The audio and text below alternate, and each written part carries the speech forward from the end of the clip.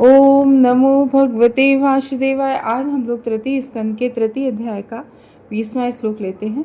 स्निग्ध स्मितावलोकेन वाचा पीयूष कल्पया चरित्रेणानावधेन श्रीनिकेतेन चात्मना। तो इसमें बता रहे हैं भगवान की विशेषता। कल हम लोगों ने जाना था कि भगवान किस तरीके से द्वारका में सब कुछ सब पूरे ब्रह्मांडों के सबके राजा होके, सम्राट होके भगवान द्वारका पुरी में अपना जीवन किस तरीके से भोग रहे थे और किस तरीके से विवाहित होते हुए भी सांख्य दर्शन प्रणाली के द्वारा प्रतिपादित वैराग्य तथा ज्ञान में स्थित थे। अब बता रहे हैं भगवान कैसे रह रहे हैं द्वारकापुरी में। स्निग्ध मतलब स्निग्ध सौम्य उनका जो चेहरा था। देखो क्या होता है कि जो जिस नेचर का होता है भौतिक जगत में हम देखते हैं कि वो जो जैसा होता है कुछ कुछ उसके लक्षण जो है वो चेहरे पे दिखते हैं जैसे। तो यहाँ पर बता रहे हैं कि स्निग्ध सौम्य सौम्य स्वभाव लगता था चेहरे से। भगवान सौम्य थे। वे वहाँ पर लक्ष्मी के निवास रूप में, हम लोग सब लोग जानते हैं भगवान के वक्षस्थल पर लक्ष्मी का निवास है। वे वहाँ पर लक्ष्मी देवी के निवास रूप में अपने दिव्य शरीर में, भगवान का दिव्य शरीर होता है हमेशा सदा की तरह, अपने सौम्य तथा मधुर मुस्कान युक्त भगवान का चेहरा सौम्य था और मुंह पर कैसी थी, मधुर मुस्कान थी से, और उनके मुंह पर मधुर मुस्कान थी और अपने अमृतमय वचनों तथा अपने निष्कलंक चरित्र से युक्त होकर रह रहे थे वहाँ पर, अपने निष्कलंक चरित्र से वहाँ पर रह रहे थे। तो इस तरीके से हम लोगों ने, जैसे कि कल हम लोगों ने देखा था कि भगवान सत्य सांख्य दर्शन के सत्यों में स्थित थे। कृष्ण सभी प्रकार के विषयों से विरक्त थे, हैं। परंतु इस श्लोक में क्या बता रहे हैं कि लक्ष्मी देवी के निवास हैं भगवान। और ये दोनों बातें ऐसा बिल्कुल भी मतलब परस्पर विरोधी नहीं है, क्योंकि बता रहे हैं इस श्लोक में लक्ष्मी। तो जब जिनके पास स्वयं लक्ष्मी मैया है और लक्ष्मी मैया के पास किसी चीज़ की कमी है, ना सौंदर्य की कमी है कोई लक्ष्मी, तो वो कह रहे हैं कि वो भगवान श्री कृष्ण निकृष्ट बहिरंगी प्रकृति की विविधता में विरक्त थे। तो जो भी प्रकृति की वो थी सबसे विरक्त थे भगवान। तो किंतु वे आध्यात्मिक प्रकृति अपनी अंतरंगी शक्ति का नित्य आनंद भोग करते हैं, लेकिन वो अपनी अंतरंगी शक्ति का भोग करते हैं जो अल्पज्ञ हैं, और वे बहिरंगी तथा अंतरंगी शक्तियों के इस अंतर को नहीं समझ सकते। लेकिन देखो हम सब जब तक भक्ति में नहीं होते, शास्त्र नहीं पढ़ते हैं, हम लोग भगवान की अंतरंगा शक्ति, जैसे हम लोग ये जानते हैं भगवान की अंतरंगा शक्ति आध्यात्मिक शक्ति श्रीमती राधा रानी है, और भगवान अपनी ही शक्ति के अंदर हमेशा आनंदमय भोग में रहते हैं। लेकिन जो व्यक्ति अल्पज्ञ हैं वे बहिरंगी, वो कैसे देखते हैं कि अरे भगवान की 16,108 रानियाँ थी। तो वे बहिरंगी और अंतरंगी शक्तियों के अंतर को समझ ही नहीं सकते। क्यों? क्योंकि जो वो 16,000 जो वो नरकासुर से उन्होंने जो हम लोग आगे पढ़ेंगे आगे के स्कंदों में कि जो नरकासुर से जो मुक्त कराई थी, वो भी भगवान की अंतरंगा शक्ति की ही शक्ति थी। भगवत गीता में अंतरंगी शक्ति को परा प्रकृति कहा गया है, और विष्णु पुराण में भी विष्णु की अंतरंगी शक्ति को पराशक्ति कहा गया है। तो भगवान कभी भी पराशक्ति की संगति से विलग होते ही नहीं है। तो इस पराशक्ति की तथा इनकी अभिव्यक्तियों का वर्णन ब्रह्म संहिता के जो 5वां श्लोक है उसके वो 37वें श्लोक में कहते हैं, आनंद चिन्ह में असर प्रतिभाविता भी गोविंदमादि पुरुषम तम हम भजामी।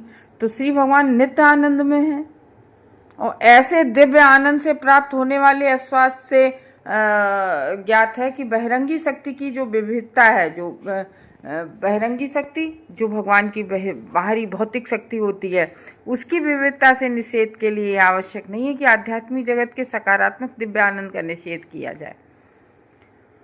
तो भगवान की जो सौम्यता है, उनकी मुस्कान है, और भगवान का जो चरित्र है, उससे जो भी कुछ है सब दिव्य है। भगवान से संबंधित कुछ भी है वो सब दिव्य है।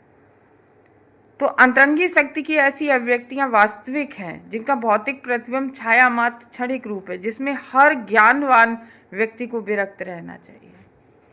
तो इस तरीके से इसमें बता रहे हैं कि अगर हर जिसको भी थोड़ा बहुत ज्ञान है उसको सबको इस जगत की भौतिक शक्ति से जो है विरक्त होना चाहिए। और 21वें में बता रहे हैं इमं लोक ममुम चैव रमयान संतुराम युधुन रेमी क्षण दया दत्त क्षण स्त्री क्षण सौहार्द।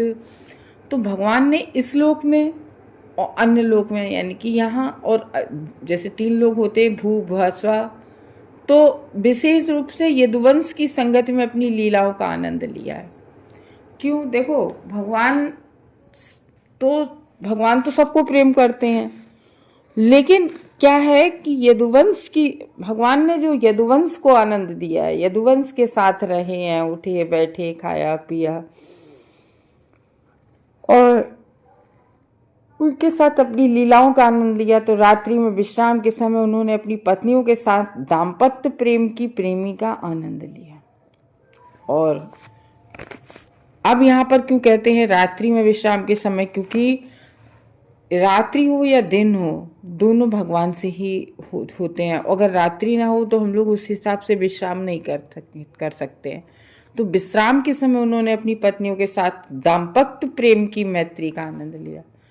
तो भगवान ने अपने शुद्ध भक्तों के साथ इस जगत में आनंद का भोग किया, सब भक्तों, जितने भी शुद्ध भक्त हैं, जबकि वो श्री भगवान है, फिर भी उन्होंने लीला करके, उन्होंने सबको इस जगत में इसीलिए आए थे, लीला करके अपने भक्तों को आनंद प्रदान करने के लिए। और फिर भी समस्त जो भी भौतिक जगत की आसक्ति है उन सबसे परे थे।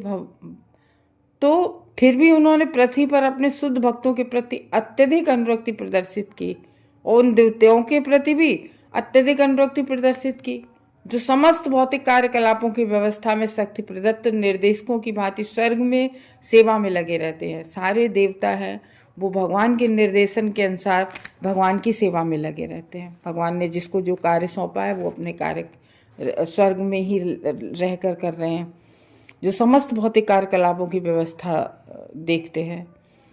तो उन्होंने अपने परिवारजनों, यदुओं के प्रति तथा उन 16,000 पत्नियों के प्रति जिन्हें रात्रि में विश्राम के समय भगवान से मिलने का अवसर प्राप्त होता था, विशेष आसक्ति प्रदर्शित की है। यहाँ पर भगवान की ये सारी आसक्तियाँ उनकी अंतरंगी शक्ति की अभिव्यक्तियाँ हैं। वही बात आ गई ना कि वो जो ये सब थी ये अंतरंगी शक्ति के, केवल अंतरंगी, भौतिक जगत से उन्हें कोई लेना देना नहीं था। ये पिछले श्लोकों में भी हम लोगों ने जाना, जिनकी बहिरंगी शक्ति केवल छाया स्वरूप है, केवल छाया स्वरूप है बहिरंगी शक्ति। स्कंद पुराण के प्रवास खंड में शिव तथा गौरी के मध्य हुई वार्ताओं की उनकी अंतरंगी शक्ति की अभिव्यक्तियों की पुष्टि होती है कि भगवान द्वारा जब शिव भगवान गौरा मैया को बताते हैं तो उससे पुष्टि हुई कि भगवान जो 16,000 गोपियों से मिलने का उल्लेख हुआ है, जो उनके नरकासुर के उसमें थी, तो यद्यपि श्री भगवान हंस यानी कि दिव्य परमात्मा है और सारे जीवों के भगवान पालन करता है, और जो ये 16,000 गोपियां थी, 16 प्रकार की अंतरंगी शक्तियों का प्रदर्शन, ये भगवान की ही अंतरंगी शक्ति आ गई ना, वही बात कि भगवान के अंतरंगी शक्तियों का ये सब है। इनकी विशेष व्याख्या 10वें स्कंद में की, और इसको डिस्क्राइब में इसको बहुत हम लोग एलेबोरेट करके हम लोग 10वें स्कंद में इसको जानेंगे, क्योंकि 10वें स्कंद में कहा गया है कि भगवान श्री कृष्ण चंद्रमा के सदृश हैं और अंतरंगी शक्ति रूपी गोपियां चंद्रमा के चारों ओर के तारों के तुल्य है। तो भगवान चंद्रमा की तरह से हैं और गोपियां जैसे तारे चारों तरफ होते हैं चंद्रमा के, इसकी तरह से। हरे कृष्णा भक्तों।